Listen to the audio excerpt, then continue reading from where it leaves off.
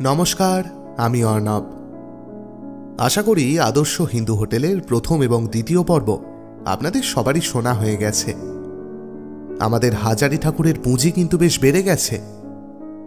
না, টাকা পয়সায় না হোক, তার উৎসাহের ভাণ্ডার পরিপূর্ণ এখন।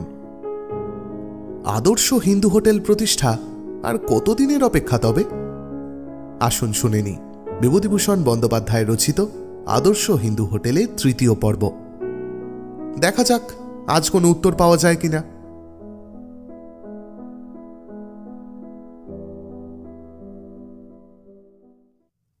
সকালে উঠিয়া হাজারি ঠাকুর রানাঘাটে চলিয়া আসিল।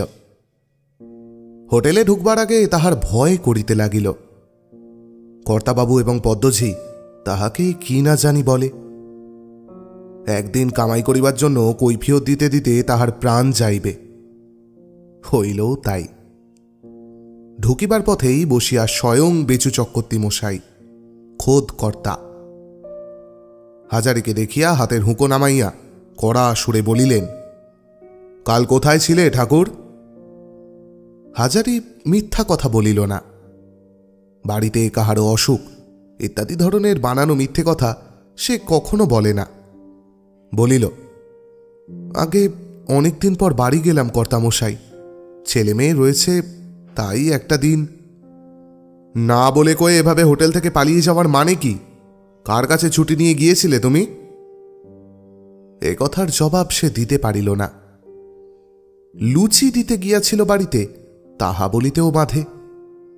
সে চুপ করিয়া রহিল। তোমার হাড়ে হাড়ে বদমাইশি ঠাকুর, পদ্মজি ঠিক কথা বলে। দেখতে ভালো মানুষ হলে কি হবে? তুমি এত বড় একটা হোটেলের রান্নাবান্না ফেলে রেখে একেবারে নিউদ্দেশ হয়ে গেলে কাউকে কিছু না বলে। বলি একেবারে নাকের জলে চোখের জলে সবাই মিলে। গাঁজাখন নেমো খারাম কোথাকার, চালাকিটার জায়গা পাওনি? বেচু চক্রবর্তীর গলার জোর আওয়াজ পাইয়া পদ্মজি ব্যাপার কি দেখিতে আসিল এবং দৌড়ে উঁকি মারিয়া হাজারিকে দেখিয়াই বলিয়া উঠিল, এই যে, কি মনে করে আবার যে উদয় হলে? কাল আমি বলি আর দরকার নেই, ও আপদ বিদে করে দেন কর্তা। গাঁজা খেয়ে কোথায় নেশায় বুঁদ হয়ে পড়েছিল, চেহারা দেখছেন না? হাজারি একটু শঙ্কিত হইয়া উঠিয়া দেওয়ালে টাঙানো গজালাটা ছোট্ট আয়নাখানায় নিজের মুখখানা দেখিবার চেষ্টা করিল। কি দেখিল পদ্মজি তাহার চেহারাতে? গাঁজা তো দূরের কথা, একটা বিড়ি পর্যন্ত সকাল হইতে সে খায় নাই। যাও, কাল একটা ঠিকে ঠাকুর আনা হয়েছিল, তার মজুরি 1 টাকা আর জলখাবারের 4 আনা তোমার এ মাসের মাইনে থেকে কাটা যাবে। ফের যদি এমন হয় সেই দিনই বিদেয় করে দেব, মনে থাকে যেন। বেচু চক্রবর্তী রায় দিলেন। হাজারি অপ্রতিভ মুখে রান্নাঘরের মধ্যে গিয়া ঢুকিল। সেখানেও নিস্তার নাই। কর্তার হাত থেকে নিষ্কৃতি পাইলেও পদ্মজির হাত থেকে অত সহজে পরিত্রাণ পাওয়া দুষ্কর।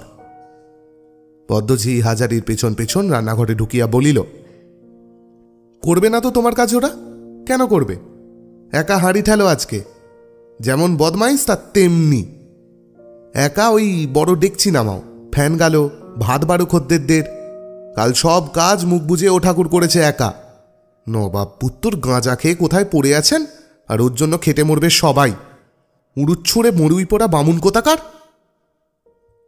পদ্মজি রাগের মাথায় ভুলিয়া গিয়াছিল এইমাত্র বেচু চক্রবর্তী বলিয়াছেন যে কাল হাজারির বদলে ঠিকা ঠাকুর রাখা হইয়াছিল, যাহার মজুরি হাজারির মাহিনা হইতে কাটা যাইবে।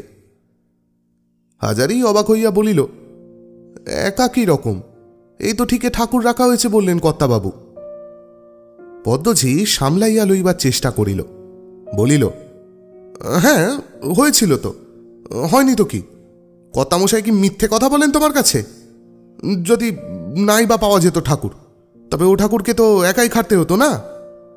তোমার সঙ্গে কথা কাটাকাটি করবার সময় আমার নেই। মুর্শিদাবাদ আসবার সময় হলো, এক্ষুনি স্টেশনে খদ্দের সব আসবে। ডাল সাঁতলে ফেলো তাড়াতাড়ি, চচ্চড়িটা চড়িয়ে দাও। মুর্শিদাবাদ ট্রেন সশব্দে আসিয়া প্ল্যাটফর্মে দাঁড়াইল। এইবার কিছু খরিদ্দারের ভিড় হইবে।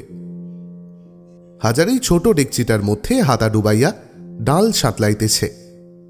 এমন সময় বাহিরে গতিঘরে বেচু চক্রবর্তীর চড়া গলার আওয়াজ এবং তর্ক বিতর্কের শব্দ শুনিয়া সে রান্নাঘরের দোরের কাছে আসিয়া বাহিরের ঘরের দিকে চাহিল।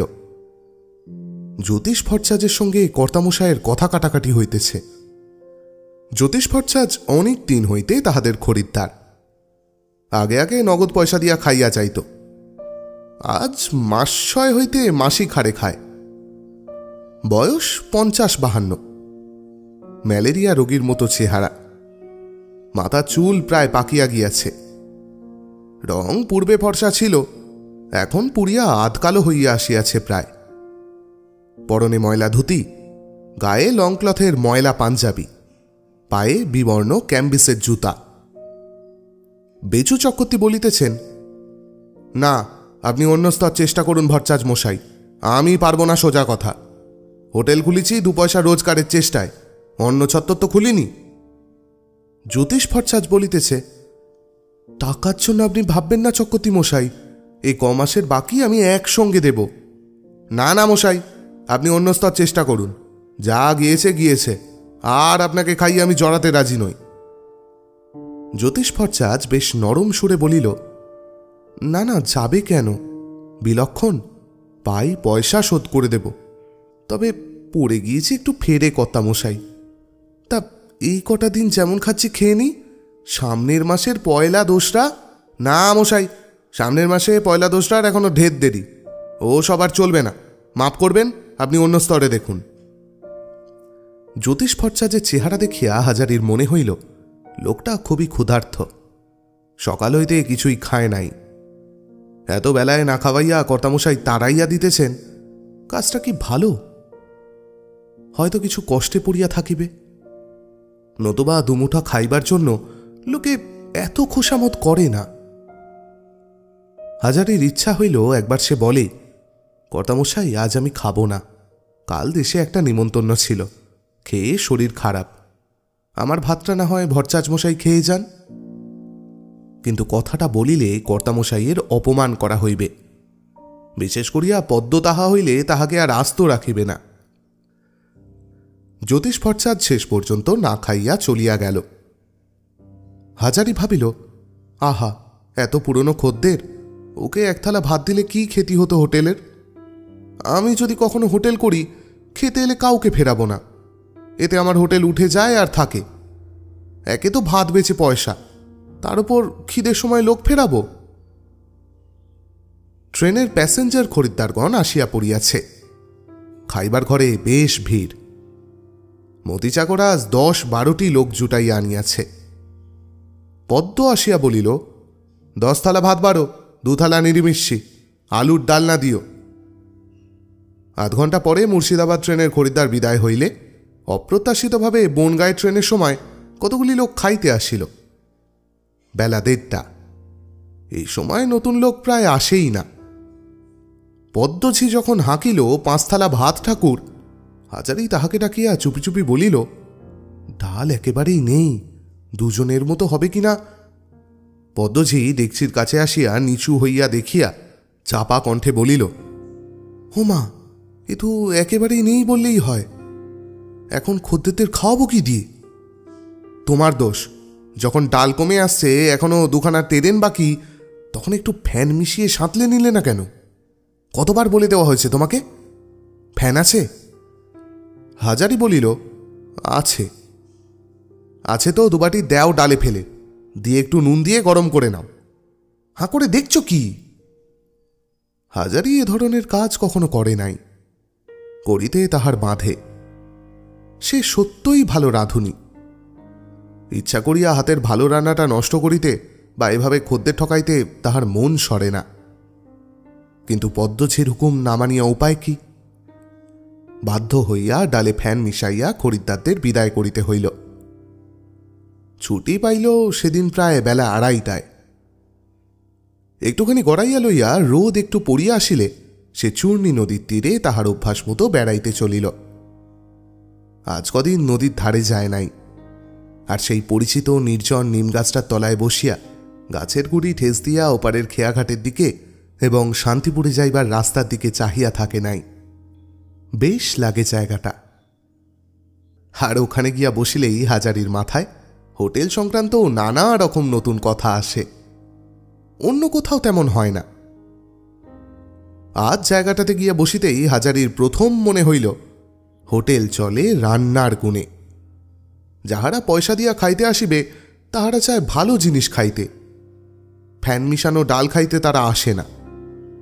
পদ্মঝির অনাচারের দরুন বেচু চক্রবর্তীর হোটেল উঠিয়া যাইবে, তাহার নিজের হোটেল ততদিনে খোলা হইয়া যাইবে, তাহার রান্নার গুণেই হোটেল চলিবে। হঠাৎ হাজারি লক্ষ্য করিল জ্যোতিষ ভট্টাচ চূর্ণীর খেয়াঘাটে দাঁড়াইয়া আছে, বোধহয় পার হইয়া ওপারে যাইবে। ও ভট্টাচ মশাই, ভট্টাচ মশাই! জ্যোতিষ চাহিয়া দেখিয়া উঠিয়া হাজারির কাছে আসিল। কোথায় যাবেন?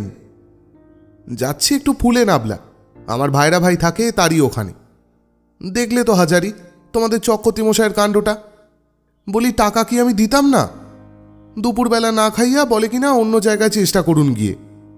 ভাত বেচা বামুন যদি ছোট লোক না হয় তাহলে আর হবে কে? বিড়ি আছে?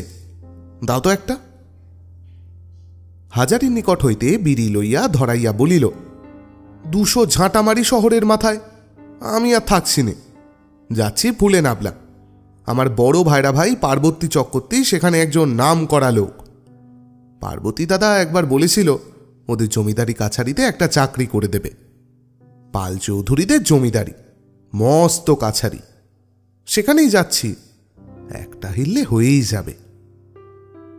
হাজারি বলিল, একটা কথা বলি ভট্টাচ মশাই, যদি কিছু মনে না করেন। জ্যোতিষ ভট্টাচ বলিল, কি? টাকা করি এখন কিছু নেই আমার কাছে, তা বলে দিচ্ছি, তবে দেনা আমি রাখবো না। খাবার টাকা আগে শোধ করে তারপর অন্য কথা, সে তুমি বলে দিও চক্রবর্তী মশাইকে। হাজারি বলিল, টাকা কড়ির কথা বলিনি, বলছিলাম আপনি আহার করেছেন? জ্যোতিষ ভট্টাচ কিছুমাত্র না ভাবিয়া সঙ্গে সঙ্গেই উত্তর দিল, না। কোথায় করব? অতবেলায় চক্রবর্তী মশাইয়ের হোটেল থেকে ফিরে আর ভাত কে আমার জন্য নিয়ে বসেছিল। হাজারি খপ করিয়া জ্যোতিষ ভট্টাচের ডান হাতখানা ধরিয়া বলিল, আমার সঙ্গে চলুন ভট্টাচ মশাই, আমি আপনাকে রেঁধে খাওয়াবো আজ, আসুন আমার সঙ্গে। জ্যোতিষ ভট্টাচ বলিল, কোথায়? আরে না না হাজারি, আজ ওসব থাক, আমি জল টল খেয়ে। আরে এমন অবেলায়। হাজারি নাছোড়বান্দা, তাদের হোটেলের একজন পুরনো খদ্দের আজ পয়সা নাই বলিয়া সারাদিন অনাহারে থাকিয়া রানাঘাট হইতে চলিয়া যাইতেছে। কি জানি কেন এ ব্যাপারটার জন্য হাজারি যেন নিজেকেই দায়ী করিয়া বসিল। জ্যোতিষ ভট্টাচ বলিল, আমি তোমাদের হোটেলে যাব না কিন্তু হাজারি। আচ্ছা, তুমি যখন ছাড়ছ না তখন বরং একটু জল টল খাওয়াও। হোটেলে নিয়েই বা যাব কেন? আসুন না, জল টল নয়, ভাত খাওয়াবো রেঁধে। জ্যোতিষ ভট্টাচ ব্যস্ত হইয়া বলিল, না না, ফুলে নাবলা যেতে পারবো না আজ, তাহলে আজ সেখানে পৌঁছতেই হবে। নিকটেই কুসুমের বাড়ি। একবার হাজারি ভাবিল ভট্টাচকে সেখানে লইয়া যাইবে কিনা, শেষে ভাবিয়া চিন্তিয়া তাহাই করিল। ভদ্রলোককে নতুবা কোথায় বসাইয়া সে খাওয়ায়? কুসুমের বাড়ির দোরে কড়া নাড়িতেই কুসুম আসিয়া দৌড় খুলিয়া হাজারিকে দেখিয়া হাসি মুখে কি বলিতে যাইতেছিল। হঠাৎ জ্যোতিষ ভট্টাচের দিকে দৃষ্টি পড়ায় সে লজ্জিত হইয়া নিচু স্বরে বলিল, বাবা ঠাকুর কি মনে করে? উনি সঙ্গে কে? ওর জন্যই আশা, উনি বামুন মানুষ, আজ সারাদিন খাওয়া হয়নি। আমার চেনা শোনো, আমাদের হোটেলের পুরনো খদ্দের, পয়সা ছিল না বলে খেতে দেয়নি কর্তামশাই। উনি না খেয়ে শান্তিপুরে চলে যাচ্ছিলেন, আমার সঙ্গে দেখা, ধরে আনলুম। ওকে কিছু না খাইয়ে তো ছেড়ে দেওয়া যায় না, বাইরের ঘরটা খুলে দাও গিয়ে। কুসুম ব্যস্ত হইয়া বাহিরের ঘরে দৌড় খুলিতে গেল। জ্যোতিষ ভট্টাচ কিছু দূরে দাঁড়াইয়াছিল। হাজারি তাহাকে ডাক দিয়া বাহিরের ঘরে বসাইল। তাহার পর বাড়ির ভিতর যাইতেই কুসুম উদ্বিগ্ন কণ্ঠে বলিল, কি করবেন বাবা ঠাকুর? রান্না করবেন? সব জোগাড় করে দিই। আর ততক্ষণ ঘরে যা কিছু আছে ও বাবা ঠাকুরকে দিই, কি বলেন? হাজারি বলিল, রান্না করে খাওয়াতে গেলে চলবে না কুসুম, উনি থাকতে পারবেন না, ফুলে নাবলা যাবেন। আমি বাজার থেকে খাবার কিনে আনি, এখানে একটু বসবার জন্য নিয়ে এলাম। কুসুম হাসিয়া বলিল, বাবা ঠাকুর, আপনি ব্যস্ত হবেন না দেখিনি, আমি সব জোগাড় করছি জলখাবারের। আমার ঘরে সব আছে। ঘরে থাকতে বাজারে যাবেন খাবার আনতে কেন? আমার বাড়িতে যখন ব্রাহ্মণের পায়ের ধুলো পড়েছে, তখন আমি ঘরে যা আছে তাই দিয়ে খেতে দেব। কিন্তু বাবা ঠাকুর, সেই সঙ্গে আপনিও, মনে থাকে যেন। হাজারি প্রতিবাদ বাক্য উচ্চারণ করবার পূর্বেই কুসুম ঘরের মধ্যে চলিয়া গেল। অগত্যা হাজারি বাহিরের ঘরে জ্যোতিষ ভট্টাচার্যের কাছে ফিরিয়া আসিল। জ্যোতিষ ভট্টাচার্য বলিল, তোমার কোনো আত্মীয়ের বাড়ি নাকি হে? না, আত্মীয় নয়, এরা হলো ঘোষ গোয়ালা। এই বাড়িতে আমার ধর্মমেয়ের বিয়ে হয়েছে। ওই যে দোর খুলে দিলে, ওই মেয়েটি। আন্দাজ 15 মিনিট পরে ঝনঝন করিয়া শিকল নড়িয়া উঠিতে হাজারি বাহিরের বাড়ির অন্দরের দিকে দাওয়ায় গিয়া দাঁড়াইল। দাঁড়াইয়া দাওয়ার দিকে চাহিয়া অবাক হইয়া গেল। দুখানি পরিষ্কার পরিচ্ছন্ন আসন পাতা, দুবাটি চাল দেওয়া দুধ, দুখানা থালে ফলমূল কাটা, বড় বাতাসা ছানা, দুটি মুখ কাটা ডাব, ঝকঝকে করিয়া মাজা দুটি কাঁসার গ্লাসে 2 গ্লাস জল। হাসি মুখে কুসুম বলিল, ওকে ডাকুন, সেবা করতে বলুন। যা ছিল বাড়িতে একটু মুখে দিয়ে নিন দুজনে। তা তো হলো, কিন্তু আমি আবার কেন কুসুম? মেয়ের বাড়ি যে, না খেয়ে যাওয়ার কি জো আছে? ডাকুন ওকে। জ্যোতিষ ভট্টাচার্য খাইতে বসিয়া যে রূপ গোগ্রাসে খাইতে লাগিল, দেখিয়া মনে হইল সে বড়ই ক্ষুধার্ত ছিল। তাহার থালার একটুও কিছু পড়িয়া রহিল না। খাওয়ার পরে কুসুম পান সাজিয়া বাহিরের ঘরে পাঠাইয়া দিল। জ্যোতিষ ভট্টাচার্য বিদায় লইবার সময় বলিল, তোমার মেয়েটিকে একবার ডাকো হাজারি, আশীর্বাদ করে যাই। কুসুম আসিয়া গলায় কাপড় দিয়া দুজনকে প্রণাম করিল। জ্যোতিষ ভট্টাচার্য বলিল, মা শোনো, সারাদিন সত্যিই খাইনি, ভারী তৃপ্তির সঙ্গে খেলাম তোমার এখানে। তুমি বড় ভালো মেয়ে, ছেলেপিলে নিয়ে সুখে থাকো, আশীর্বাদ করি। হাজারি জ্যোতিষ ভট্টাচার্যের সঙ্গে চলিয়া আসিল। পথে আসিয়া বলিল, ভট্টাচার্য মশাই, একটা হোটেল নিজে খুলব, অনেক দিন থেকে ইচ্ছে আছে। আপনি কি বলেন? অনায়াসে করতে পারো, খুব লাভের জিনিস, তোমারও হবে। তোমার মনটা বড় ভালো, কিন্তু পয়সা পাবে কোথায়? তাই নিয়েই তো গোলমাল, নইলে এতদিনে খুলে দিতাম। দেখি, চেষ্টায় আছি, ছাড়ছি নে। ওই যে আমার মেয়ে দেখলেন, ওই কুসুম, ও একবার টাকা দিতে চেয়েছিল। তা কি নেওয়া ভালো? ও গরিব বেওয়া লোক, কেন ও সামান্য পুঁজি নিতে যাব? তাই নিইনি, নিলে ও এক্ষুনি দেয়। তবে সে টাকা খুব সামান্য, তাতে হোটেল খোলা হবে না।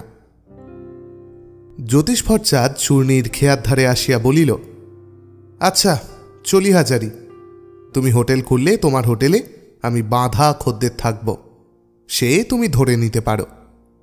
আর কোথাও যাব না। তোমার মতো রান্না কটা ঠাকুর রাঁধতে পারে হে? বেচু চক্রবর্তীর হোটেলে আমি যে যেতাম শুধু তোমার নিরামিষ রান্না খাওয়ার লোভে। ভালো চলবে তোমার হোটেল।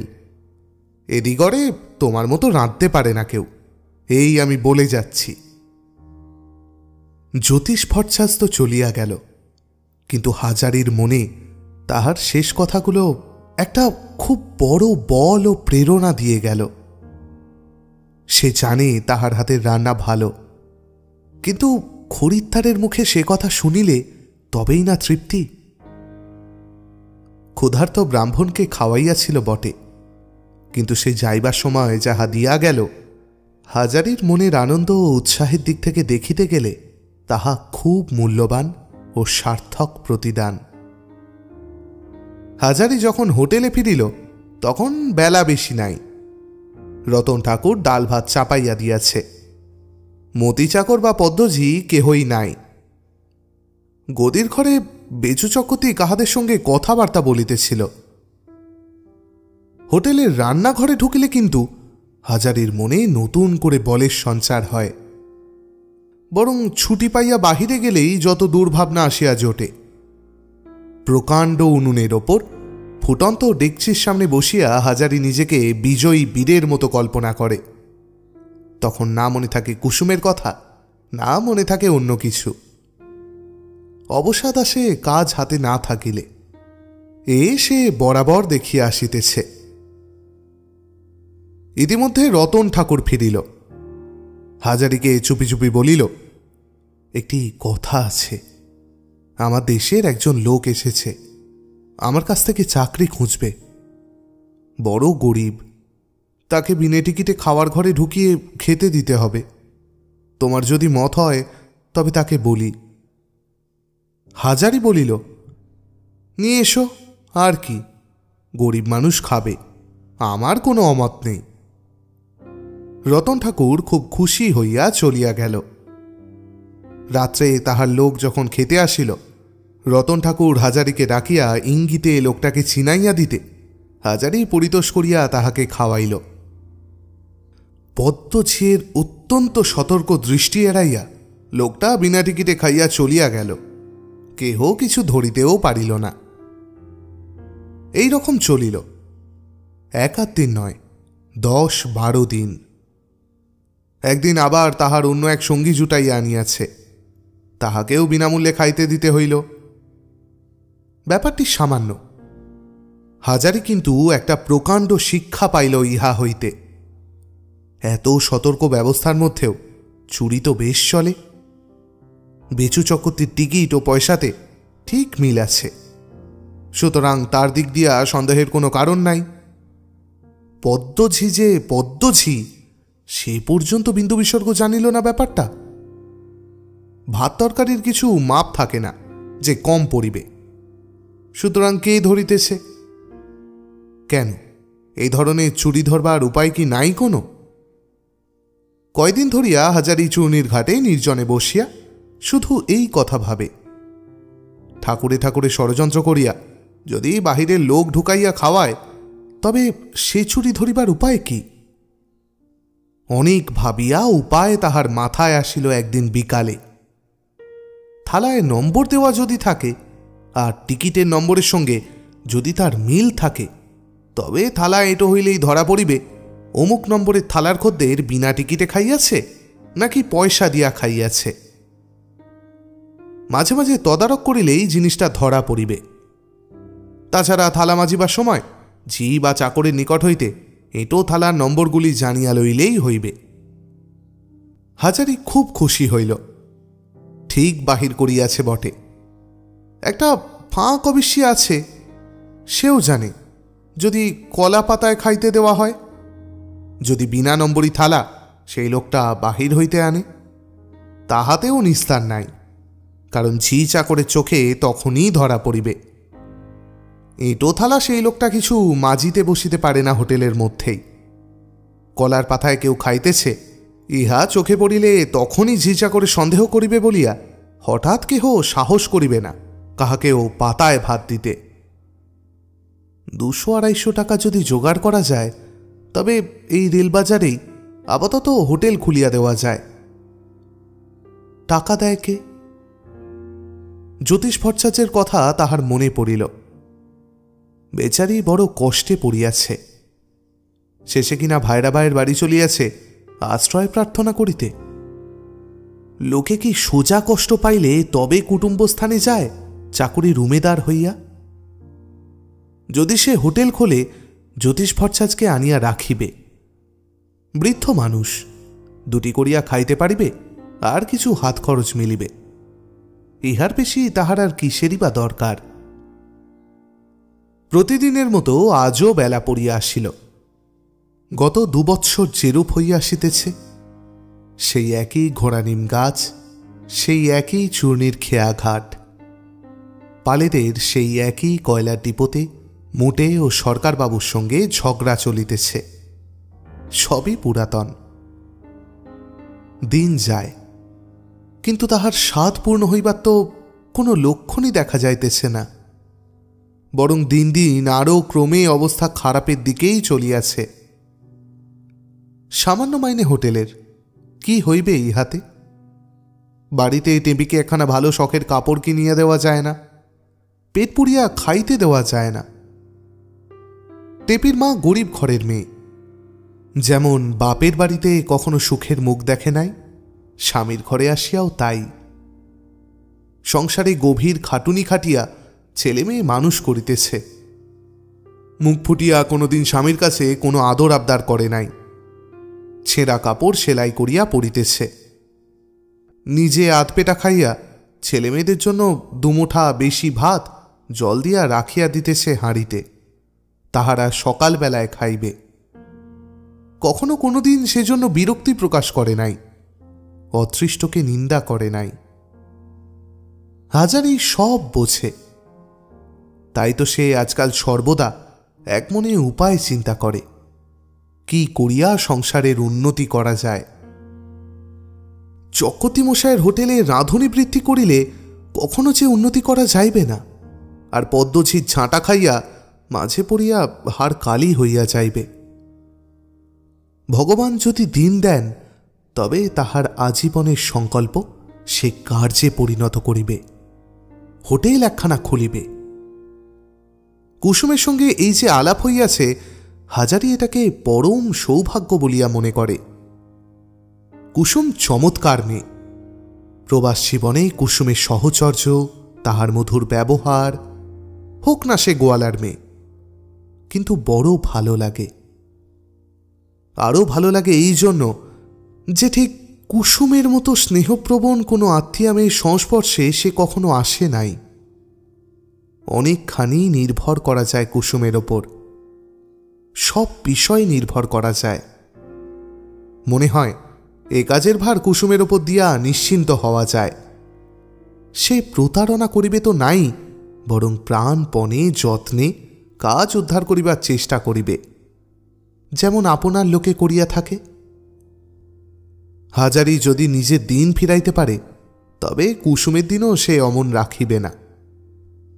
টেপিও তার মেয়ে, কিন্তু টেপি বালিকা, কুসুম বুদ্ধিমতী।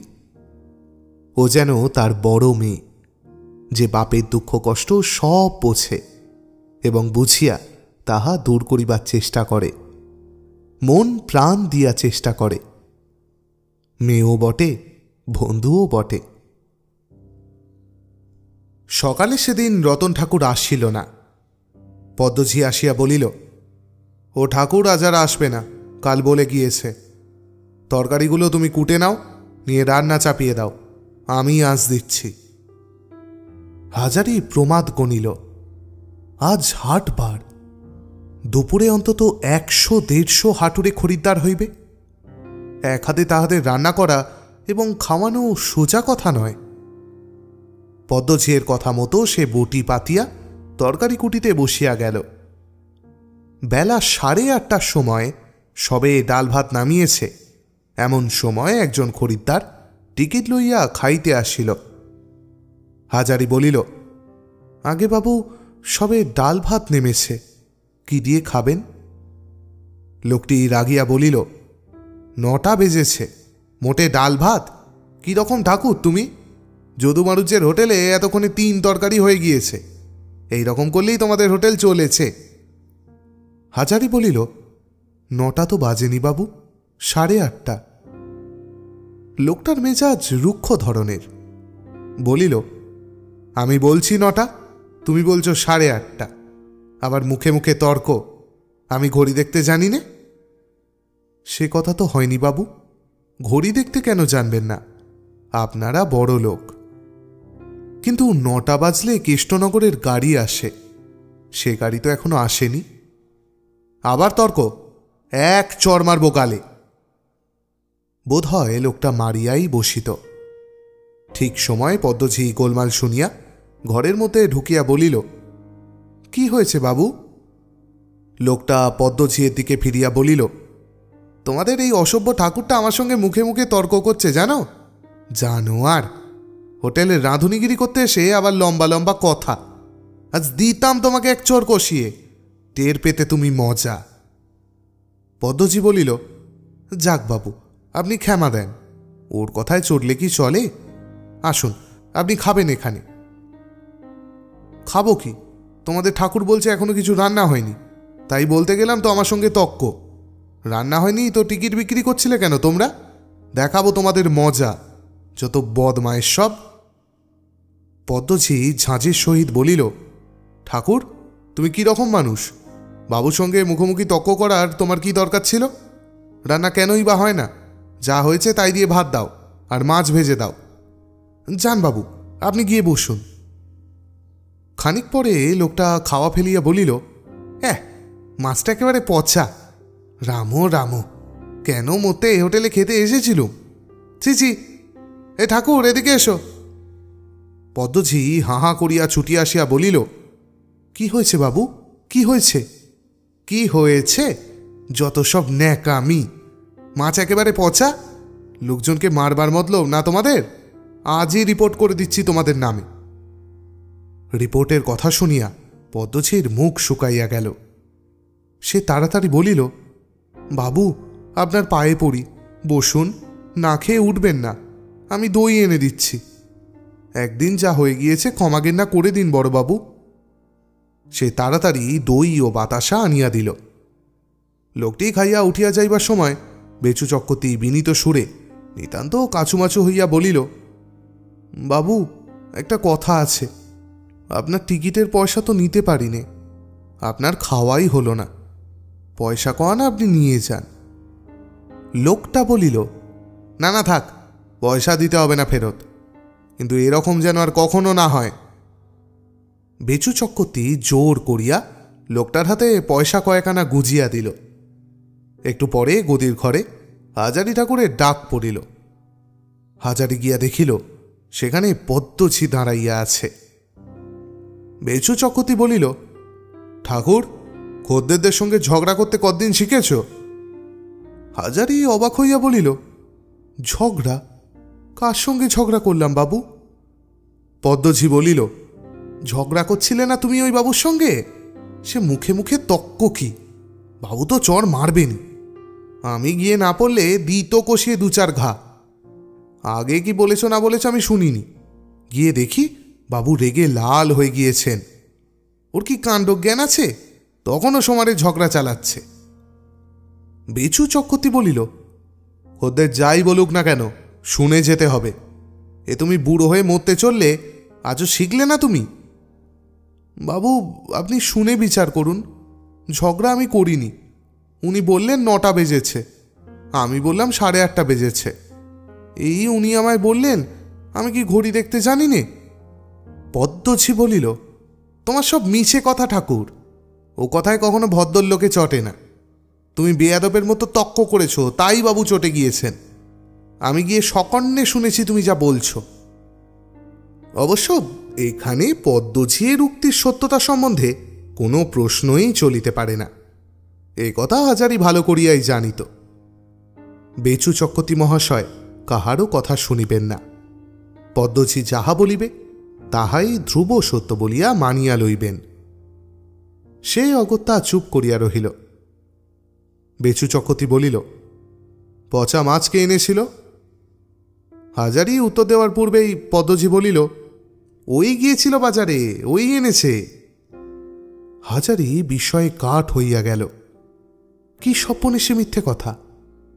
পদ্মজি খুব ভালো করিয়াই জানে কাল রাতে প্রায় 1.5 পোয়া আন্দাজ পোনা মাছ উদ্বৃত্ত হইল।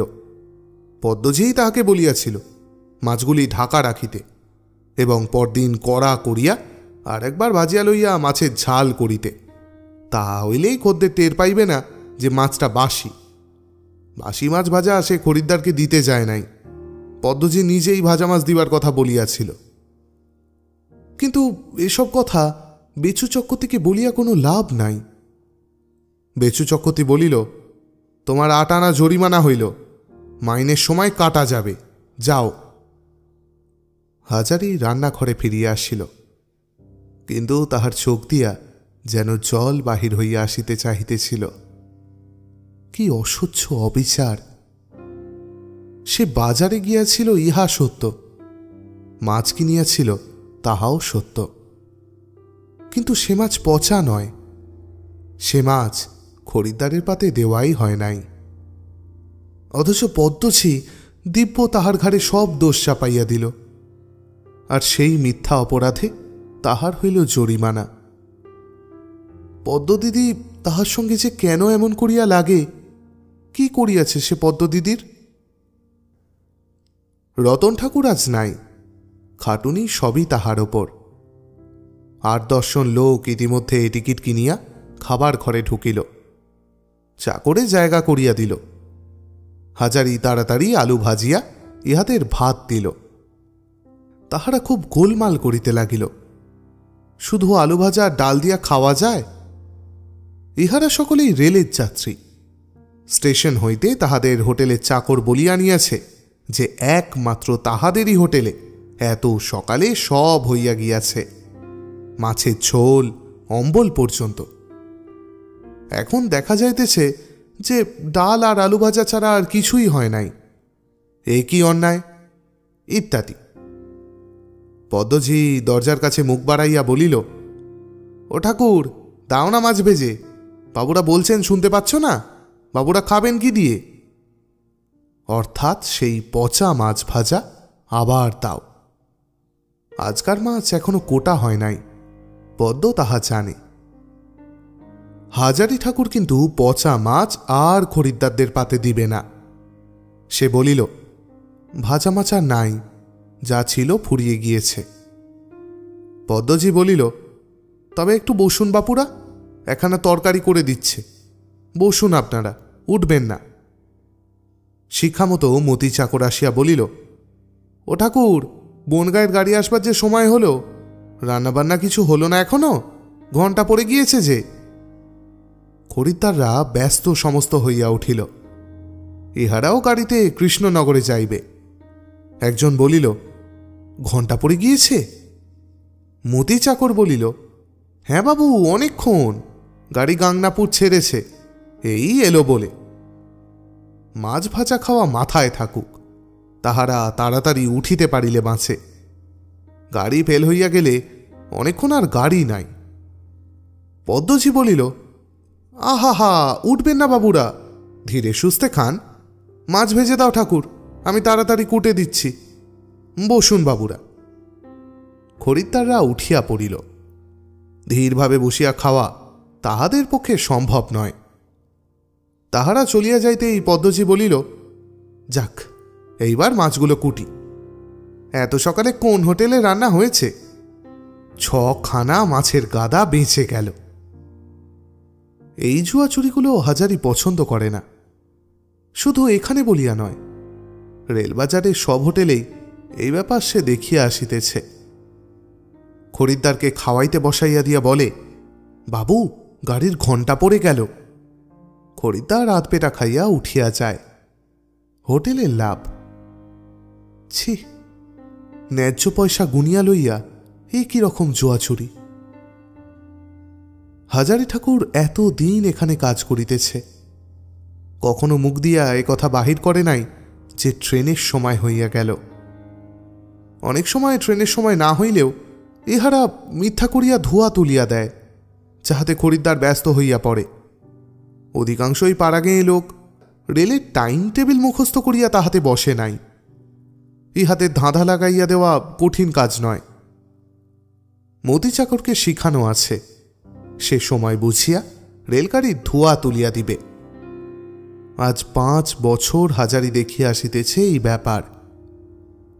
নিজের হোটেল যখন সে খুলিবে, ব্যবসাতে লাভ করিবার জন্য এসব হীন ও নীচ কৌশল সে অবলম্বন করিবে না। ন্যায্য পয়সা লইবে, ন্যায্য মতো পেট ভরিয়া খাইতে দিবে। এইসব নিরীহ পল্লীবাসী রেলযাত্রীদের ঠকাইয়া পয়সা না লইলে যদি তাহার হোটেল না চলে, না হয় নাই চলিল হোটেল। ফাঁকি দেওয়া যায় না হাটুরে খরিদ্দারদের। আজ মদনপুর হাট, এখানকার হাট। পাড়াগাঁ হইতে দুধ ও তরি তরকারি লইয়া বহু লোকে আসে, তাহারা অনেকে এখানে খায়।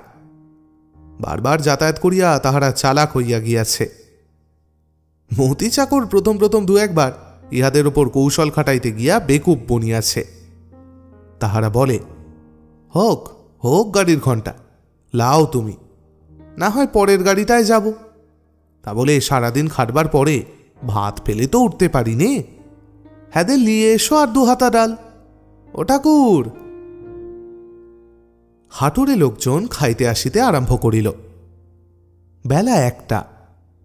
ইহাদের জন্য আলাদা বন্দোবস্ত।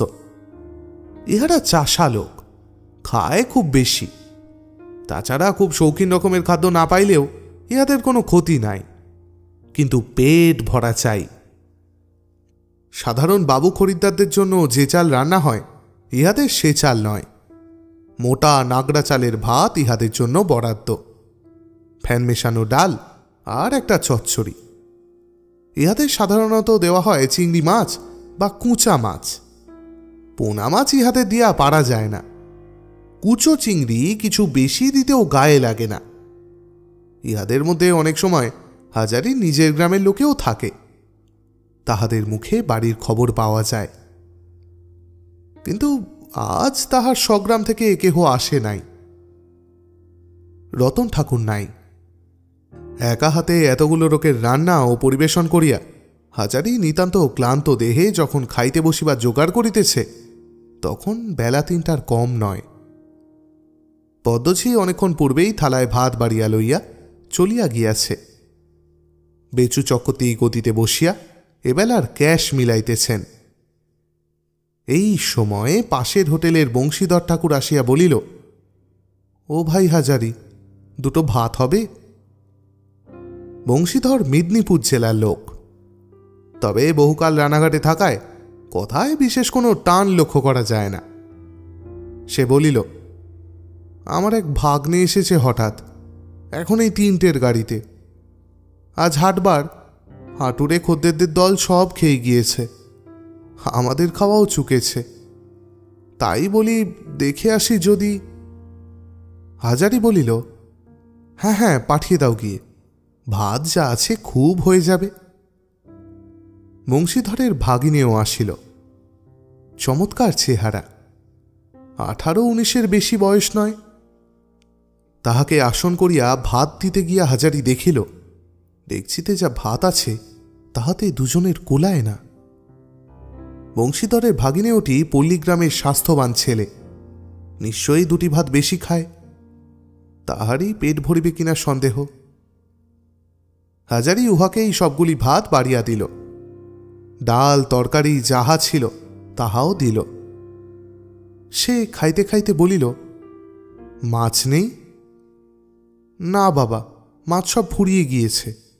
আজ এখানকার হাটবার, বড্ড খদ্দেরদের ভিড়। মাছের টান, ডাল তরকারিরও টান, সবেরই টান। তোমার খাওয়াটা বড্ড কষ্টের হলো বাবা। তা বসো, 2 পয়সা দই আনিয়ে দিই। না না থাক, আপনার দই আনাতে হবে না। না না বাবা বসো, বংশীধরের ভাগ্নে যা, আমার ভাগ্নেও তাই। পাশাপাশি হোটেলে এতদিন কাজ করছি। হাজারি নিজে গিয়া দই আনিয়া দিল। ছেলেটি জিজ্ঞাসা করিল, আচ্ছা মামা, এখানে কোনো চাকরি খালি আছে? কি চাকরি বাবা? এই ধরুন হোটেলের রাঁধুনিগিরি, কি এমনি? কাজের চেষ্টায় ঘুরছি, এখানে কিছু হবে মামা? মামা বলিয়া ডাকিতে ছেলেটির ওপর হাজারির কেমন স্নেহ হইল। সে একটু ভাবিয়া বলিল, না বাবা, আমার সন্ধানে তো নেই। কিন্তু একটা কথা বলি, হোটেলে রাঁধুনিগিরি করতে যাবে কেন তুমি? দিব্যি সোনার চাঁদ ছেলে। এ লাইনে বড় কষ্ট, এ তোমাদের লাইন নয়। পড়াশোনা কদ্দূর করেছ? ছেলেটি অপ্রদীপের সুরে বলল, না মামা, বেশি করিনি। আমাদের গায়ে ছাত্রবৃত্তি স্কুলের 4th ক্লাস পর্যন্ত পড়েছিলাম, তারপর বাবা মারা গেলেন, আর লেখাপড়া হলো না। তোমার নামটি কি? শ্রী নরেন্দ্রনাথ মুখোপাধ্যায়। হঠাৎ একটা চিন্তা বিদ্যুতের মতো হাজারির মনের মধ্যে খেলিয়া গেল। চমৎকার ছেলেটি, ইহার সঙ্গে টেপির বিবাহ দিলে বড় সুন্দর মানায়। কিন্তু তাহা কি ঘটিবে? ভগবান কি এমন পাত্র টেপির ভাগ্যে জুটাইয়া দিবেন? ছেলেটি খাওয়া শেষ করিয়া উঠিয়া বলিল, আপনার খাওয়া হয়েছে মামা? এইবার খেতে বসবো বাবা, আমাদের খাওয়া এই রকম, বেলা 3টের দিকে বড় একটা মেটে না। সেই জন্যই তো বলছি বাবা, এসব ছ্যাঁচড়া লাইন তোমাদের জন্য নয়, এসব রান্না বড় ঝঞ্ঝাটের কাজ। ছেলেটি একটু হতাশ সুরে বলিল, তবে কোন লাইন ধরব বলুন মামা? কত জায়গায় ঘুরে বেরিয়ে দেখলাম, আজ 6 মাস ধরে ঘুরছি, কোথাও কিচ্ছু জোটাতে পারিনি। আপনি বলছেন রাঁধুনির কাজ। কলকাতার একটা হোটেলের বাইরে লেখা ছিল 2 জন চাকর চাই। আমি গিয়ে ম্যানেজারের সঙ্গে দেখা করলুম। ম্যানেজার বললে, কি? আমি বললাম, চাকরের কাজ খালি আছে দেখে এসেছি। বললে, তুমি ভদ্রলোকের ছেলে, এ কাজ তোমার জন্য নয়। কত করে বললাম, কিছুতেই নিলে না। হাজারি অবাক হইয়া শুনিতেছিল। বলিল, বলো কি? তারপর শুনুন, কোথাও চাকুরি জুটে না। কলকাতায় শেষকালে খেতে পাইনি এমন হলো, 2-1 দিন তো না খেয়েই কাটল। তারপর ভাবলাম, আমার এক মামা রানাঘাটে হোটেলে কাজ করেন, সেখানেই যাই। তাই আজ এলাম। উনি আমার আপন মামা নন, মায়ের জ্ঞাতি ভাই। তাই এখানেও আপনি বলছেন এই লাইন আমার জন্য নয়। তবে কোথায় যাব আর কি বা করব? ছেলেটার হতাশার সুর এবং তাহার দুঃখ কষ্টের কাহিনী হাজারির মনে বড় লাগিল। সে তখনও ভাবিতেছিল, আহা, ছেলে মানুষ, আমার বড় ছেলে সন্তু বেঁচে থাকলে এতদিনে এত বড়টাই হতো। টেপির সঙ্গে ভারী মানায়, সোনার চাঁদ ছেলে যেন। টেপি কি আর সে অদেষ্ট করেছে? নাই বা হলো চাকরি, ও গিয়ে টেপিকে বিয়ে করে আমার বড় ছেলে হয়ে আমার গায়ের ভিটেতে গিয়ে বসুক, ওকে কোনো কষ্ট করতে হবে না। আমি নিজে রোজগার করে ওদের খাওয়াবো, জমি জমাও তো আছে কিছু। খাওয়া শেষ করিয়া বংশীধরের ভাগিনীয়টি চলিয়া গেল বটে, কিন্তু হাজারির প্রাণে যেন কি এক অনির্দেশ্য নূতন সুরের রেশ লাগাইয়া দিয়া গেল। তরুণ মুখের ভঙ্গি, তরুণ চোখের চাহনি হইতে এত প্রেরণা পাওয়া যায়। জীবনে সব নবীন অভিজ্ঞতা হাজারির। বৈকালে চূর্ণির ধারের গাছতলায় নির্জনে বসিয়া সে কত স্বপ্ন দেখিল, নতুন সব স্বপ্ন। টেপির সহিত বংশীধরের ভাগিনীয়টির বিবাহ হইতেছে, বাধা কিছুই নাই, তাহাদেরই পাল্টি ঘর। টেপির ক্ষুদ্র কোমল হাতখানি নরেনের বলিষ্ঠ কাঁধে তুলিয়া দিয়াছে। 2 হাত একত্রে মিলাইয়া হাজারি মেয়ে জামাইকে আশীর্বাদ করিতেছে। টেপির মার চোখ দিয়া আনন্দে জল পড়িতেছে। কি সুন্দর সোনার চাঁদ জামাই! কেন সে হোটেলে রাঁধুনিগিরি করিতে যাইবে ছেলে বয়সে? হাজারির নিজের হোটেলে জামাই থাকবে ম্যানেজার। চকতি মহাশয়ের মতো গদিতে বসিয়া খরিদ্দারকে টিকিট বিক্রয় করিবে, হিসেবপত্র রাখিবে। দ্বিগুণ খাটিবার উৎসাহ আসিবে হাজারির। জামাইও যা, ছেলেও তো তাই। অত বড়, অত সুন্দর, উপযুক্ত ছেলে। টেপির সারা জীবনের আনন্দ ও সাধের জিনিস। ওদের দুজনের মুখের পানে চাহিয়া সে প্রাণপণে খাটিবে। 3 মাসের মধ্যে হোটেল দাঁড় করাইয়া দিবে। বেলা পড়িল, চূর্ণির খেয়ায় লোক পারাপার হইতেছে। যাহারা শহরে কেনা বেচা করিতে আসিয়াছিল, এই সময় তাহারা বাড়ি ফেরে। একবার কুসুমের সঙ্গে দেখা করিয়া হোটেলে ফিরিতে হইবে। গাছতলায় বসিয়া আর বেশিক্ষণ আকাশ কুসুম ভাবিলে চলিবে না।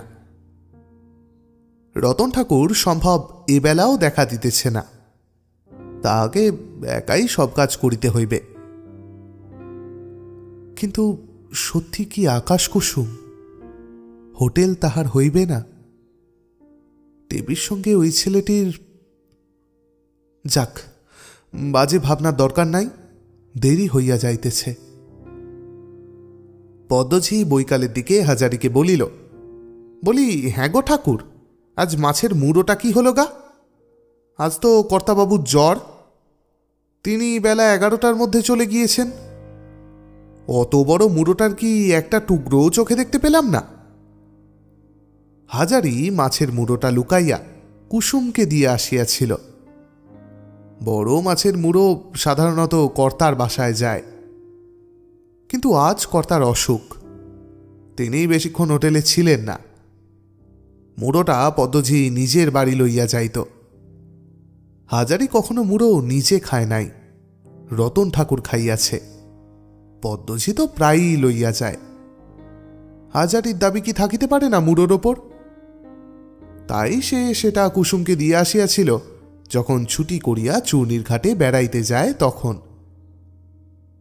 পদ্মঝির প্রশ্নের উত্তরে হাজারি বলিল, কেন গা পদ্ম দিদি, এতক্ষণ পর মুড়োর খোঁজ কেন?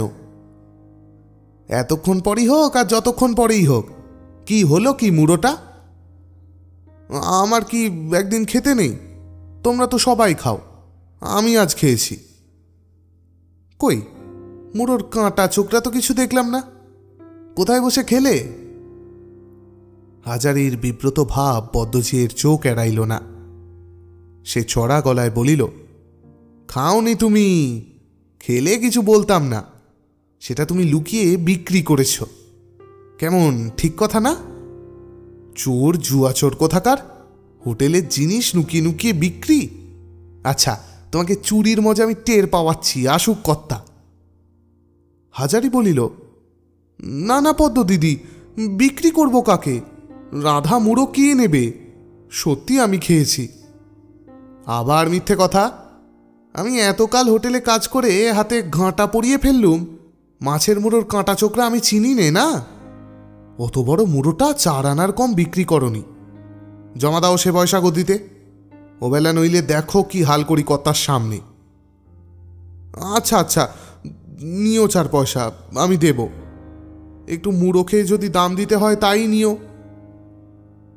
পদ্মজি একটুখানি নরম হইয়া বলিল, তাহলে বেঁচেছিলে ঠিক? না পদ্ম দিদি, তবে কি করলে ঠিক করে বলো। তোমার তো পয়সা পেলেই হলো, সে খোঁজে তোমার দরকার কি? দরকার আছে তাই বলছি। কোথায় গেল মুড়োটা বলো, নইলে কর্তার সামনে তোমাকে অপমান করব। বলো এখনো। আমি খেয়েছি। আবার আমার সঙ্গে চালাকি করে তুমি পারবে ঠাকুর? আমি এবার বুঝতে পেরেছি মুড়ো কোথায় গেল। তোমার সেই... হাজারি জানেই পদ্ম কি বলিতে যাইতেছে। সে পদ্মঝির মুখের কথা চাপা দিবার জন্য তাড়াতাড়ি বলিল, পদ্ম দিদি, তোমাদের তো খেয়ে পড়ে মানুষ হচ্ছি গরিব বামুন, কেন আর ও সামান্য জিনিসের জন্য বকাঝকা করো? এই কথায় পদ্মঝি নরম না হইয়া বরং আরও উগ্র হইয়া উঠিল। বলিল, নিজে খেলে কিছু বলতাম না ঠাকুর, কিন্তু হোটেলের জিনিস পর দিয়ে খাওয়ানো আর সহ্যই হয় না। এর একটা বিহিত না করে যদি আমি ছাড়ি তবে আমার নামে কুকুর পুষো, এই বলে দিচ্ছি সোজা কথা। হাজারি ভয়ে ও উদ্বেগে কাঠ হইয়া গেল। নিজের জন্য নয়, কুসুমের জন্য। পদ্মঝির অসাধ্য কিচ্ছু নাই, সে না জানি কি করিয়া বসিবে। কুসুমের শাশুড়ির কানে হয়তো কত রকমের কথা উঠাইবে। তাহার উপরে যদি কুসুমের বাপের বাড়ি অর্থাৎ তাহার স্বগ্রামে সে কথা গিয়া পৌঁছয়, তবে উভয়েরই লজ্জায় মুখ দেখানো ভার হইয়া উঠিবে। অথচ কুসুম নিরপরাধিনী। পদ্মঝি চলিয়া গেল। হাজারি ভাবিয়া চিন্তিয়া রতন ঠাকুরে শরণাপন্ন হইল। তাহার আত্মীয়কে বিনা পয়সায় খাওয়ানোর ষড়যন্ত্রের মধ্যে হাজির ছিল, সুতরাং রতন হাজারির দিকে টানিত।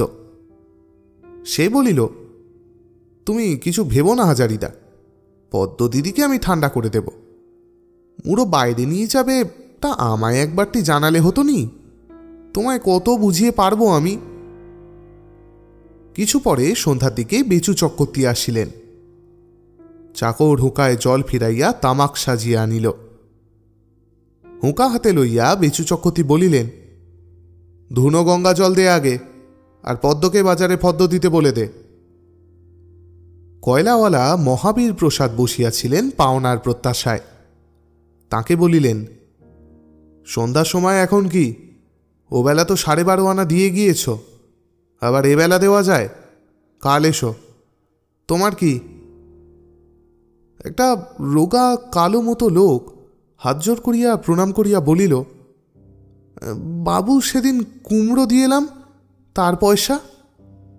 কুমড়ো? কে কুমড়ো নিয়েছে?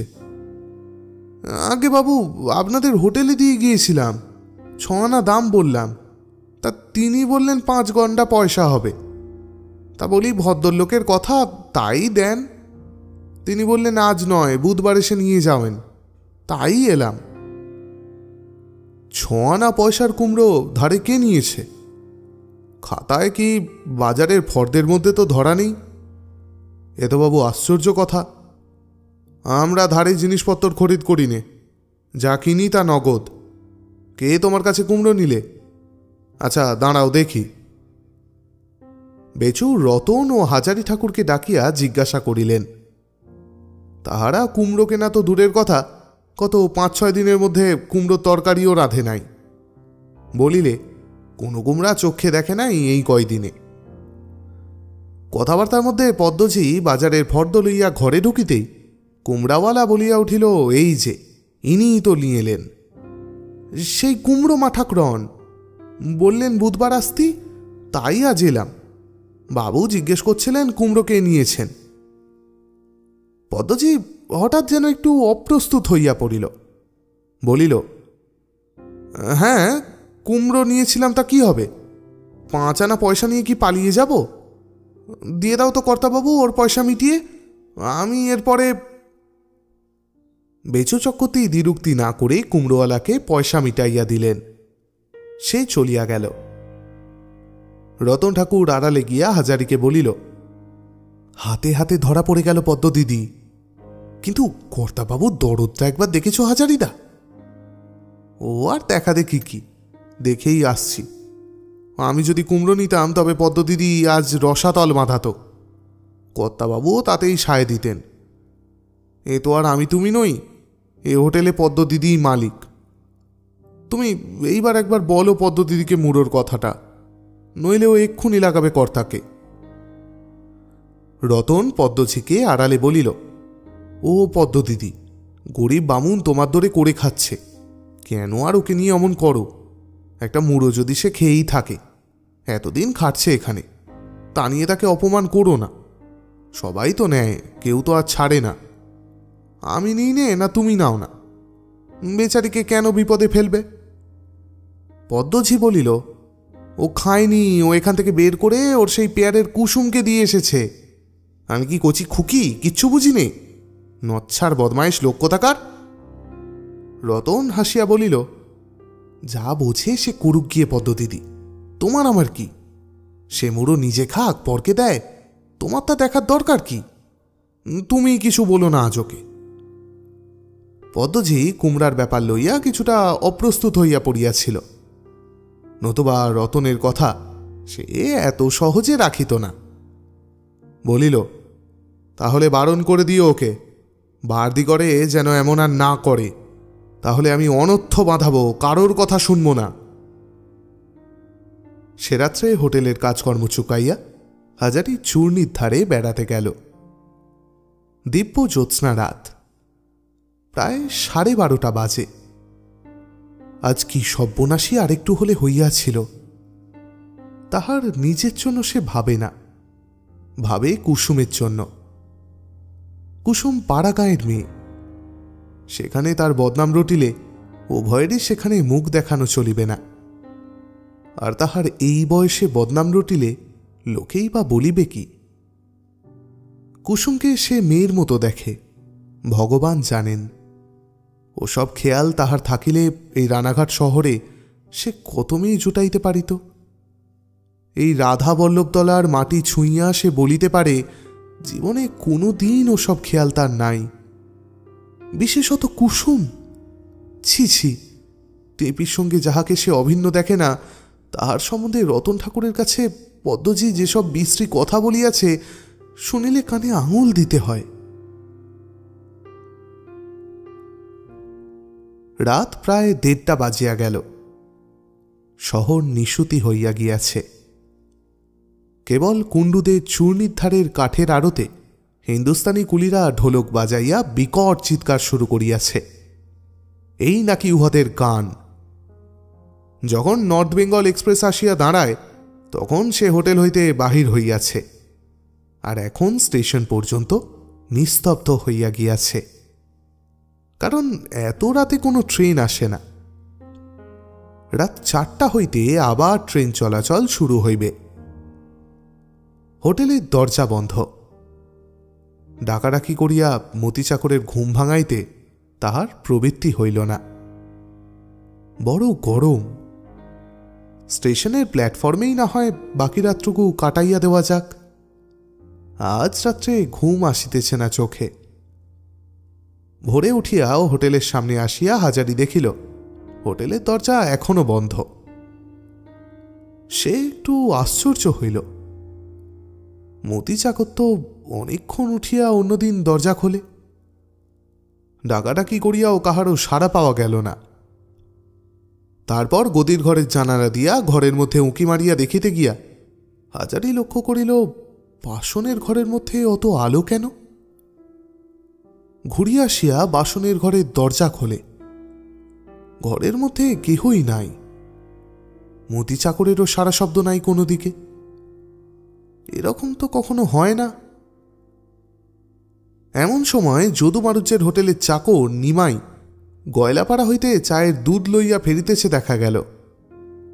যদু মারুজ্যের হোটেলে একটা চায়ের স্টলও আছে।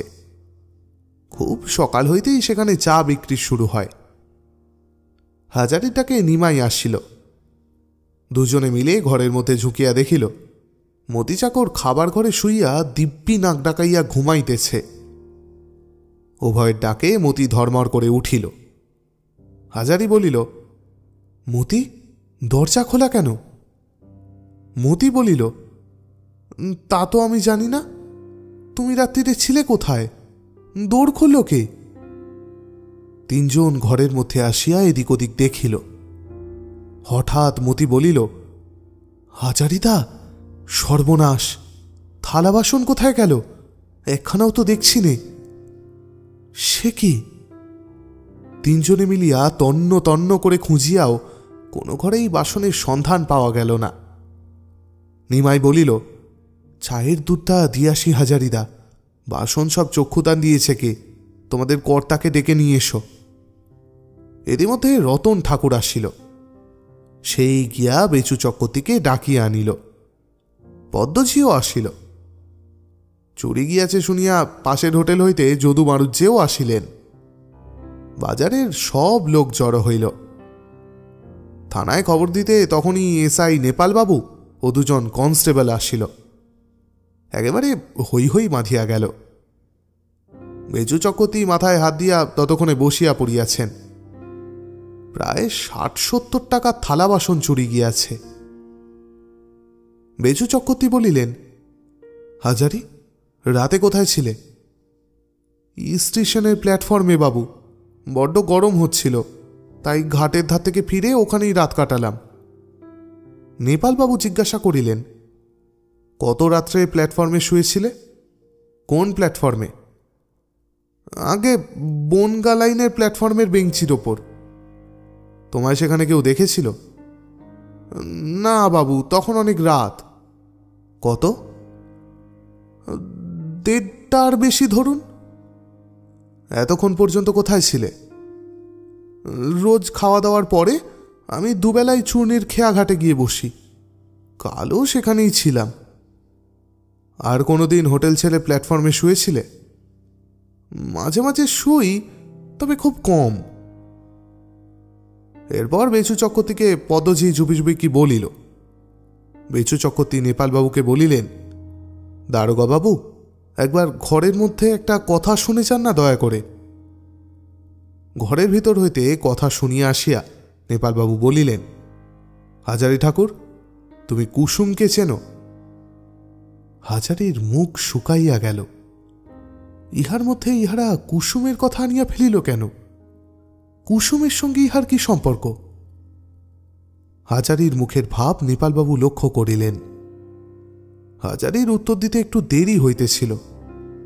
নেপালবাবু ধমক দিয়া বলিলেন, কথার জবাব দাও। হাজারি থতমত খাইয়া বলিল, আগে চিনি। পদ্মজি দোরের কাছে মুখে আঁচল চাপা দিয়া দাঁড়াইয়া আছে দেখিয়া হাজারি বুঝিল কুসুমের কথা সেই কর্তাকে বলিয়াছে, নতুবা তিনি অত শত খোঁজখবর রাখেন না। কর্তামশাই দ্বারকাকে বলিয়াছেন কথাটা, সে ওই পদ্মঝিয়ের উস্কানিতেই। কুসুম থাকে কোথায়? গোয়ালাপাড়ায়, বড় বাজারের ওদিকে। সে কি করে? দুধ দই বেচে, গরিব লোক। বয়স কত? এই 24-25। পদ্মঝি একটু মুচকি হাসিল এই উত্তর শুনিয়া। হাজারির তাহাও চোখ এড়াইল না। দারোগাবাবুর প্রশ্নের গতি তখনও সে বুঝিতে পারে নাই, কিন্তু পদ্মঝির মুখের মুচকি হাসি দেখিয়া সে বুঝিল কেন ইহারা কুসুমের কথা এত জোর করিয়া জিজ্ঞাসা করিতেছে। তোমার সঙ্গে কুসুমের কতদিনের আলাপ? সে আমার গাঁয়ের মেয়ে। সে যখন ছেলে মানুষ তখন থেকে তাকে জানি। তার বাবা আমার বাল্য বন্ধু, আমাদের পাশের পাড়াই। কুসুমের সঙ্গে তুমি প্রায়শই দেখা করো না? মাঝে মাঝে দেখা করি বই কি, গাঁয়ের মেয়ে, তার তত্ত্বাবধান তো করা দরকার। নেপালবাবু হঠাৎ হাসিয়া বলিলেন, নিশ্চয়ই দরকার। এখানে তার শ্বশুর বাড়ি? আগে হ্যাঁ। স্বামী আছে? না, 4-5 বছর আগে মারা গিয়াছে। শাশুড়ি আছে বাড়িতে, এক দেওর পো আছে। তুমি মাঝে মাঝে হোটেলের রান্না করা জিনিস তাকে দিয়ে আসো? লজ্জায় ও সংকোচে হাজারি যেন কেমন হইয়া গেল। এসব কথা এখানে কেন? পদ্মজি খিলখিল করিয়া হাসিয়া উঠিয়াই মুখে আঁচল চাপা দিল। নেপালবাবু ধমক দিয়া বলিলেন, আহ, হাসি কিসের? এটা হাসির জায়গা নয়, চুপ। কিন্তু দারোগাবাবু ধমক দিলে কি হবে? পদ্মজির হাসি সংক্রামক হইয়া উঠিয়া উপস্থিত লোকজন সকলের মুখেই একটা চাপা হাসির ঢেউ আনিয়া দিল। অন্য লোকের হাসি হাজারি তত লক্ষ্য করে নাই, কিন্তু পদ্মঝির হাসিতে কিসের একটা প্রচ্ছন্ন ইঙ্গিত ঠাউর করিয়া মরিয়া হইয়া বলিয়া উঠিল, দারোগাবাবু, সে গরিব লোক, আমাদের গাঁয়ের মেয়ে। সে আমাকে বাবা বলে ডাকে। আমার সে মেয়ের মতো। তাই মাঝে মাঝে কোনোদিন একটু আধটু তরকারি কি রাঁধা মাংস তাকে দিয়ে আসি। কত তো ফেলা ঝেলা যায়, তাই ভাবি একজন গরিব মেয়ে। বুঝেছি, থাক, তোমায় আর লেকচার দিতে হবে না। কাল রাত্রে তুমি সেখানে গিয়েছিলে? আগে না বাবু। আজ সকালে গিয়েছিলে? না বাবু, সকালে প্ল্যাটফর্ম থেকেই হোটেলে এসেছি। দারোগাবাবু অন্য সকলেই জবানবন্দি লইয়া ছাড়িয়া দিলেন। কেবল মতি চাকর ও হাজারিকে বলিলেন, আমার সঙ্গে তোমাদের থানায় যেতে হবে। কনস্টেবলদের বলিলেন, এদের ধরে নিয়ে চল। মতি কান্নাকাটি করিতে লাগিল। একবার বেচু চক্রবর্তী, একবার দারোগাবাবুর হাতে পায়ে পড়িতে লাগিল। সে সম্পূর্ণ নির্দোষ, ঘরের মধ্যে ঘুমাইয়াছিল। তাহাকে থানায় লইয়া গিয়া কি ফল, ইত্যাদি। হাজারির প্রাণ উড়িয়া গেল থানায় ধরিয়া লইয়া যাইবে শুনিয়া। এ কি বিপদে ভগবান তাকে ফেলিলেন? থানা পুলিশ বড় ভয়ানক ব্যাপার। মোকদ্দমা হইলে উকিল দিবার ক্ষমতা হইবে না তাহার। বিনা কৈফিয়তে জেল খাটিতে হইবে। কত বছরের জেল তাই বা কে জানে। না খাইয়া স্ত্রীপুত্র মারা পড়িবে। জেল খাটা আসামিকে ইহার পর চাকুরিই বা কে দিবে? কিন্তু তাহার চেয়েও ভয়ানক ব্যাপার, এরা যদি কুসুমকে ইহার মধ্যে জড়াইবেই বোধ হয়। হয়তো কুসুমের বাড়ি খানা তল্লাশ করিতে চাহিবে। নিরপরাধিনী কুসুম, লজ্জায় ঘৃণায় তাহা হইলে সে হয়তো গলায় দড়ি দিবে। আরও কত কি কথা লোকে রটাইবে এই সূত্র ধরিয়া। তাহাদের গ্রামে এ কথা একবার গেলে তাহার নিজেরও আর মুখ দেখাইবার উপায় থাকিবে না। কখনো সে একটা বিড়ি দেশলাই কাহারও চুরি করে নাই জীবনে, সে করিবে হোটেলের বাসন চুরি? নিজের মুখের জিনিস নিজেকে বঞ্চিত করিয়া সে কুসুমকে মাঝে মাঝে দিয়া আসে বটে, চুরির জিনিস নয় সেসব। সে খাইত, না হয় কুসুম খায়। থানায় গিয়া প্রায় ঘণ্টা 2 হাজারি ও মতি বসিয়া রহিল। হাজারি শুনিল বেচু চক্রবর্তী ও পদ্মজি দুজনেই বলিয়াছে উহাদের ওপরই তাহাদের সন্দেহ হয়, সুতরাং পুলিশ তো তাহাদের ধরিবেই। থানার বড় দারোগা থানায় ছিলেন না। বেলা 1টার সময় তিনি আসিয়া চুরির সমস্ত বিবরণ শুনিয়া হাজারি ও মতিকে তাহার সামনে হাজির করিতে বলিলেন। হাজারি হাত জোর করিয়া দারোগাবাবুর সামনে বসিল। দারোগাবাবু জিজ্ঞাসা করিলেন, হোটেলে কতদিন কাজ করছ? আগে বাবু 6 বছর। বাসন চুরি করে কোথায় রেখে দিয়েছ?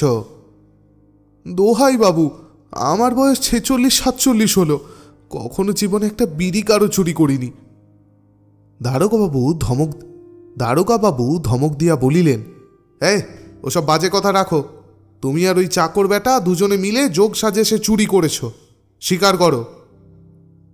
বাবু, আমি এর কোনো বার্তা জানি নে, আমি সে রাত্রে হোটেলে ছিলামই না। কোথায় ছিলে?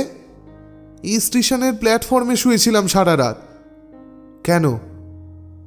বাবু, আমি খাওয়া দাওয়া করে চূর্ণির ঘাটে বেড়াতে যাই রোজ। বড্ড গরম ছিল বলে সেখানে একটু বেশি রাত পর্যন্ত ছিলাম। ফিরে এসে দেখি দরজা বন্ধ, তাই স্টেশনে। এই সময় নেপালবাবু ইংরেজিতে বড় দারোগাকে কি একটা বলিলেন। বড় দারোগা ঘাড় নাড়িয়া বলিলেন, ও আচ্ছা, তুমি কুসুম বলে কোনো মেয়ে মানুষের বাড়িতে যাতায়াত করো? বাবু, কুসুম আমার গাঁয়ের মেয়ে, গরিব বিধবা। তাকে আমি মেয়ের মতো দেখি, সেও আমাকে বাবা বলে ডাকে, বাবার মতো ভক্তি ছেদ্দা করে। যদি সেখানে গিয়ে থাকি তাহলে তাতে দোষের কথা কি আছে বাবু? আপনি বিবেচনা করে দেখুন। এ কথা লাগিয়েছে আমাদের হোটেলের পদ্মজি। সে আমাকে 2 চোখ পেরে দেখতে পারে না, কুসুমকেও দেখতে পারে না। আমাদের নামে নানা রকম বিচ্ছিরি কথা সেই রটিয়েছে।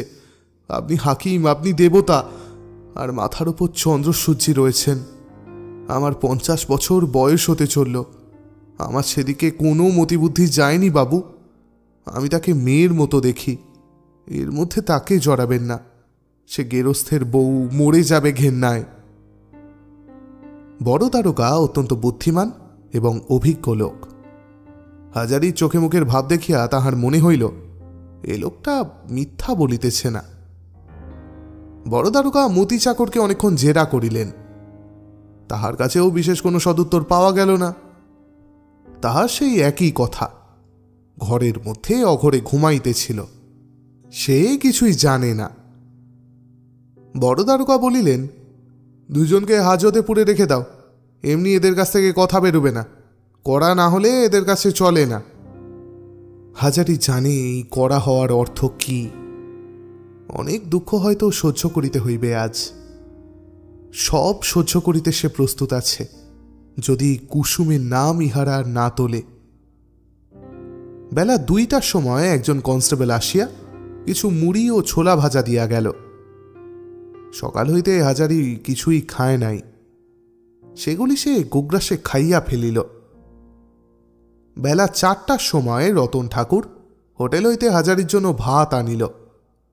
বলিল, আলাদা করে বেড়ে রেখেছিলুম, লুকিয়ে নিয়ে এলুম হাজারিদা, কেউ জানে না যে তোমার জন্য ভাত আনছি। বড় দারোগা থেকে অনুমতি লইয়া রতন ঠাকুর হাজতের মধ্যে ভাত লইয়া আসিয়াছিল, কিন্তু মতির ভাত আনিবার কথা তাহার মনে ছিল না। হাজারি বলিল, এই ভাত দুজনে ভাগ করে খাবো এখন।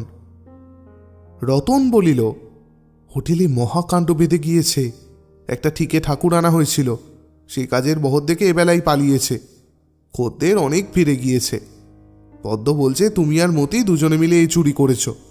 কুসুমের বাড়ি খানা তল্লাশ না করিয়ে পদ্ম ছাড়বে না বলেছে। সেখানে বাসন চুরি করে তুমি নাকি রেখে এসেছ, কর্তারও তাই মত। তুমি ভেবো না হাজারিদা, মোকদ্দমা যদি বাঁধে আমি উকিল দেবো তোমার হয়ে, টাকা যা লাগে আমি দেব। তুমি এ কাজ করনি তা আমি জানি, আমি জানি তুমি কি ধরনের লোক। হাজারি রতনের হাত ধরিয়া বলিল, ভাই আর যা হয় হোক, কুসুমের বাড়ি যেন খানাতল্লাশ না হয়, এটা তোমাকে করতে হবে। কোনো উকিলের সঙ্গে না হয় কথা বলো, আমার 2 মাসের মাইনে পাওনা আছে, আমি না হয় তোমাকে দেব। রতন হাসিয়া বলিল, তোমার সে মাইনে আর দেবে ভেবেছ কর্তাবাবু? তা নয়, সে তুমি দেও আর না দেও, আমি উকিল দেব, তুমি ভেবো না। কত পয়সা রোজগার করলাম জীবনে হাজারিদা, 1 পয়সা তো দাঁড়ালো না। সৎ কাছে 2 পয়সা খরচা হোক। হাজারি বলিল, মতিকে তাহলে ভাত দিয়ে এসো, সে অন্য কোথাও আছে। রতন বলিল, মতিকে আমার সন্দেহ হয়। না বোধ হয়, ও যদি চুরি করিবে তো অমন নিশ্চিন্তে হয়ে ঘুমোতে পারে না ডাকিয়ে, আর ও সেরকম লোক নয়। রতন ভাতের থালা লইয়া চলিয়া গেল। আরও 5-6 দিন হাজারি ও মতি হাজতে আটক থাকিল। পুলিশ বহু চেষ্টা করিয়াও তাহাদের বিরুদ্ধে কোনো প্রমাণ সংগ্রহ করিতে পারিল না, সুতরাং চুরির চার্জশিট দেওয়া সম্ভব হইল না। 6 দিনের দিন দুজনে খালাস পাইল।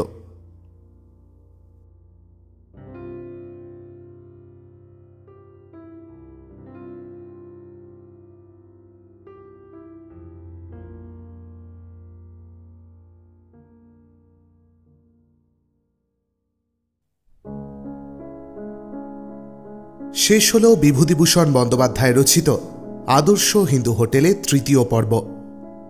4র্থ পর্ব নিয়ে খুব শিগগিরই ফিরে আসবো আমি আপনাদের কাছে। এই পর্বটি আপনাদের কেমন লাগলো অতি অবশ্যই কমেন্ট বক্সে জানাতে ভুলবেন না। সঙ্গে একান্ত অনুরোধ, ভিডিওটিকে একটা লাইক করে দেবেন, আর চ্যানেলটিকে সাবস্ক্রাইব করা না থাকলে সাবস্ক্রাইবও। আজকের মতো বিদায়, তবে শুভরাত্রি।